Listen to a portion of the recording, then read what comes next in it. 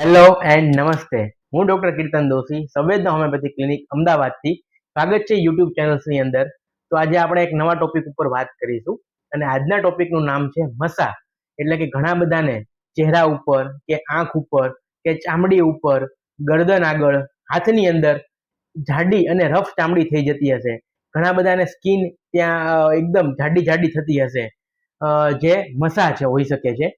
તો મસા છે એ કેમ થાય, કેટલા પ્રકારના મસા છે, એની શું સારવાર કરી શકાય, એની આપણે વિગતથી ચર્ચા કરીશું.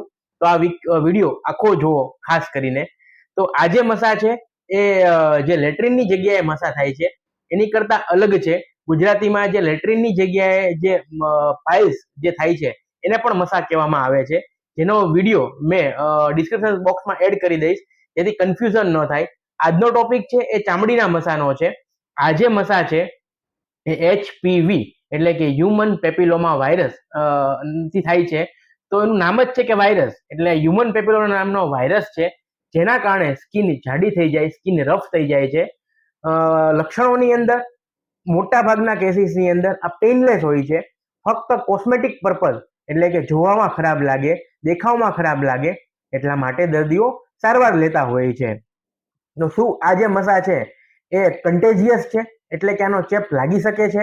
તો કે હા, જેને પણ મસા થયા હશે એ ટચ કરીને બીજી જગ્યાએ કરે અથવા બીજા સાથે હાથ મિલાવે હાથની અંદર હશે તો, અથવા જેનાઇટલ્સ એરિયામાં હશે તો એની સાથે જો સંબંધ રાખવામાં આવે, અથવા જો ચહેરા ઉપર હશે તો જે એકને હોસ્ટેલ લાઈફની અંદર કે ઘરની અંદર ઘણા બધા એક જ ટ્રીમર કે એક જ રેઝર વાપરતા હશે તો એનું જે રેઝર બીજા વાપરે ને ચહેરા ઉપર મસા હશે તો બીજા વ્યક્તિને કોન્ટેક્ટ દ્વારા, ટચ દ્વારા આ મસા સ્પ્રેડ થઈ શકે છે.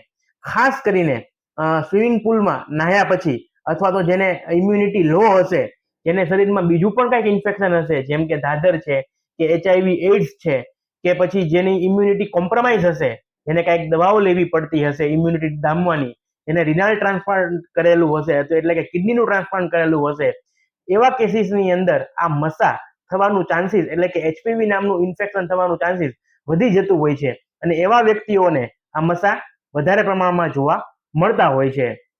તો અત્યાર સુધીમાં લગભગ આ જે એચપીવી છે એના 70% વધારે સબટાઈપ ગોતાઈ ચૂક્યા છે કે કયા સબટાઈપથી કયો જગ્યાએ અને કેવા મસા થાય છે. અમે બ્રોડલી આ જે મસા છે કઈ જગ્યાએ થાય, દેખાવમાં કેવા લાગે છે, એના ઉપરથી કેટેગરાઇઝ કરતા હોઈએ છીએ. એટલે કે પહેલા ટાઈપના મસા છે કોમન વાર્ડ્સ. કોમન વાર્ડ્સ એટલે કે ખાસ કરીને કોમનલી જોવા મળે, કે ખાસ કરીને ઘણી બધી સંખ્યામાં હશે, ચામડી છે એ રફ થઈ જાય એટલે કે હાથની અંદર જો મસા થાય તો કોમન વાર્ડ્સ. બીજા છે પ્લાન્ટાર વાર્ડ્સ. પ્લાન્ટાર વાર્ડ્સ એટલે કે પગના તળિયામાં જોવા મળે. એ ઘણી બધી વખતે કપાસી અને પ્લાન્ટાર વાર્ડ્સ દેખાવમાં સરખા લાગે, માટે ડોક્ટરે ડિફરન્શિએટ કરવું ખૂબ જરૂરી બને કે આ પ્લાન્ટાર વોર્ડ્સ છે કે આ પગની અંદર થતું કોન્સ એટલે કે કપાસી છે. તો આની અંદર દુખાવો થાય છે જ્યારે આપણે ચાલીએ કે ચપ્પલ કે શૂઝ પહેરીએ ત્યારે પ્રેશરના કારણે પ્લાન્ટાર વાર્ડ્સની અંદર દુખાવો થઈ શકે છે. ત્રીજા છે પ્લેન વાર્ડ્સ, જેને ફ્લેટ વાર્ડ પણ કહેવામાં આવે છે. તો નામ જ છે ફ્લેટ, એટલે કે એકદમ ફ્લેટ હોય, સ્કિન છે એ સ્મૂધ હોય, સ્કિન છે એ રફ ન હોય, એ બ્રાઉનિશ જેવા લાગે. ખાસ કરીને ચહેરા ઉપર પણ થઈ શકે છે અને ચામડીની બીજી જગ્યાએ પણ થઈ શકે છે. ચોથા છે ફિલિફોર્મ વાર્ડ. ફિલિફોર્મ વાર્ડ એટલે કે જે આંખ ઉપર થાય અથવા બીજી જગ્યાએ પણ થાય પરંતુ થોડાક લાંબા હોય શેપમાં, એટલે કે ડિજિટ ફોર્મેશન્સ કે પ્રોજેક્શન્સ જેવું કંઈક નીકળે. અને જે પાંચમા છે એ છે જેનાઇટલ વાર્ડ્સ. જેનાઇટલ વાર્ડ્સ નામ જ છે એટલે કે જે ગુપ્ત અંગોની અંદર થાય, વજાઇના છે, પીનસ છે, એની અંદર થાય. તો આ મસાની સારવાર જેનાઇટલ્સની કરવી ખૂબ જ જરૂરી છે, કેમ કે આ મસાના કારણે કેન્સર થવાના ચાન્સીસ ઘણા બધા અંશે વધી જાય છે. ખાસ કરીને જે 16 અને 18 સબટાઈપ જે છે એચપીવી, જેના કારણે જે આ જેનાઇટલ વાર્ડ્સ થાય અને આ 16 ને 18 સબટાઈપ છે એનું જે ઇન્ફેક્શન લાગેલું હોય તો કેન્સર થવાના ચાન્સીસ ઘણા બધા અંશે વધી જાય છે. ખાસ કરીને જે સબટાઈપ 2 છે જેના કારણે કોમન વાર્ડ્સ હાથની અંદર થાય છે, જે 1 અને 4 નંબર સબટાઈપ છે એના કારણે પ્લાન્ટાર વાર્ડ્સ જોવા મળતા હોય છે. 6, 11, 16 અને 18 સબટાઈપ છે એના કારણે જેનાઇટલ વાર્ડ્સ જોવા મળતા હોય છે. તો આમાં બીજી પદ્ધતિની અંદર આપણે સારવાર શું છે? મોટાભાગના કેસમાં કોટરી એટલે કે બાળી દેવા, લેઝર સર્જરી છે, ક્રાયો સર્જરી, એકદમ એને ગેસ નાઇટ્રોજન ગેસ આપીને એકદમ સ્કિનને ઠંડી કરી દેવી, જેના કારણે ઘણા બધાને બ્લિસ્ટર ફોર્મેશન થતા હોય છે. આ ઉપરાંત ઘણા બધા બાળવાની દવાઓ, સેલિસાઇક્લિક એસિડ છે કે ઘણા બધા લોશન્સ છે એ આપતા હોય છે.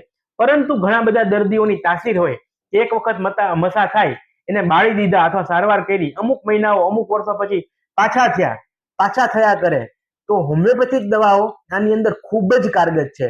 હોમિયોપેથિક દવા છે એ સેફ છે, જેન્ટલ છે, આનું કાયમિક ઇલાજ કરશે, વ્યક્તિની ઓવરઓલ ઇમ્યુનિટી વધારશે, માટે પાછા મસા નહીં થાય અને જાતે જ સ્કિન ઉપરથી આ મસા ખરી જાય છે. અને હોમિયોપેથિક દવા છે આ વાયરસને ખાત્મો કરવામાં પણ ખૂબ અસરકારક છે. કેટલીક હોમિયોપેથિક કોમન દવાઓ જેવી કે એન્ટીમક્રૂડ છે, ડલ્કામારા છે, થુજા છે, મેડોરાઇનમ છે, સેપિયા, કોસ્ટિકમ, નાઇટ્રિક એસિડ, હોમિયોપેથિકમાં ખૂબ સારી દવાઓ છે. પરંતુ હું દરેક વિડીયોમાં કહું છું કે હોમિયોપેથિક દવા છે એ ઇન્ડિવિડ્યુઅલાઇઝ છે, એ વ્યક્તિની તાસીર સમજીને આખી હિસ્ટ્રી લઈને એક અનુભવી નિષ્ણાત ડોક્ટર કન્સલ્ટેશન પછી દવા નક્કી કરશે. જો જાતે જ કોઈ પણ દવાઓ યુટ્યુબમાં જોઈને લેવામાં આવે તો એવી રીતે કોઈ દવાઓ ક્યારેય કામ કરતી હોતી નથી. એનું હું એક્ઝામ્પલ આપીશ કે અમારાની અંદર જો વ્યક્તિ એમ કહેશે કે મને ખાલી આવીને મસા છે, તો અમારી પાસે 191 દવાઓ છે. જો વ્યક્તિ એમ કહેશે કે મને ખાસ કરીને પગના તળિયામાં મસા છે, તો અમારી પાસે 36 જેટલી દવાઓ છે. જો મને ખાલી ચહેરા ઉપર જ મસા છે તો 44 જેટલી દવાઓ છે. અને મને હાથ ઉપર મસા છે તો 61 જેટલી દવાઓ છે. આ જે દવાઓ છે આમાંથી એક સમયે એક જ દવા હોમિયોપેથિક ડોક્ટર આપશે કે જે વ્યક્તિની એક્ઝેક્ટ તાસીર સાથે મેચ થતી હશે. માટે જાતે દવા લેવી હિતાવહ કોઈ પણ સંજોગોમાં નથી. માટે પ્રોપર હોમિયોપેથિક ડોક્ટરને કન્સલ્ટ કરીને આખી હિસ્ટ્રી આપીને જ જો દવા લેવામાં આવે તો જ કોઈ પણ રોગની અંદર ફરક પડી શકે છે. માટે આ એક ધ્યાનમાં રાખવું ખૂબ જ જરૂરી છે. અને જો કોઈને મસા હોય એને સારવાર લેવી હોય તો નીચે ક્લિનિકનો નંબર આપેલો છે, એના પર એપોઇન્ટમેન્ટ બુક કરીને ડેફિનેટલી આની સારવાર લઈ શકો છો. Thank you so much. ફરી ક્યારેક મળીશું કોઈક નવા ટોપિક સાથે. અને ખાસ કરીને અમારી ચેનલને લાઈક, શેર અને સબસ્ક્રાઇબ કરવાનું ચૂકતા નહીં. Thank you so much. Bye bye. Take care.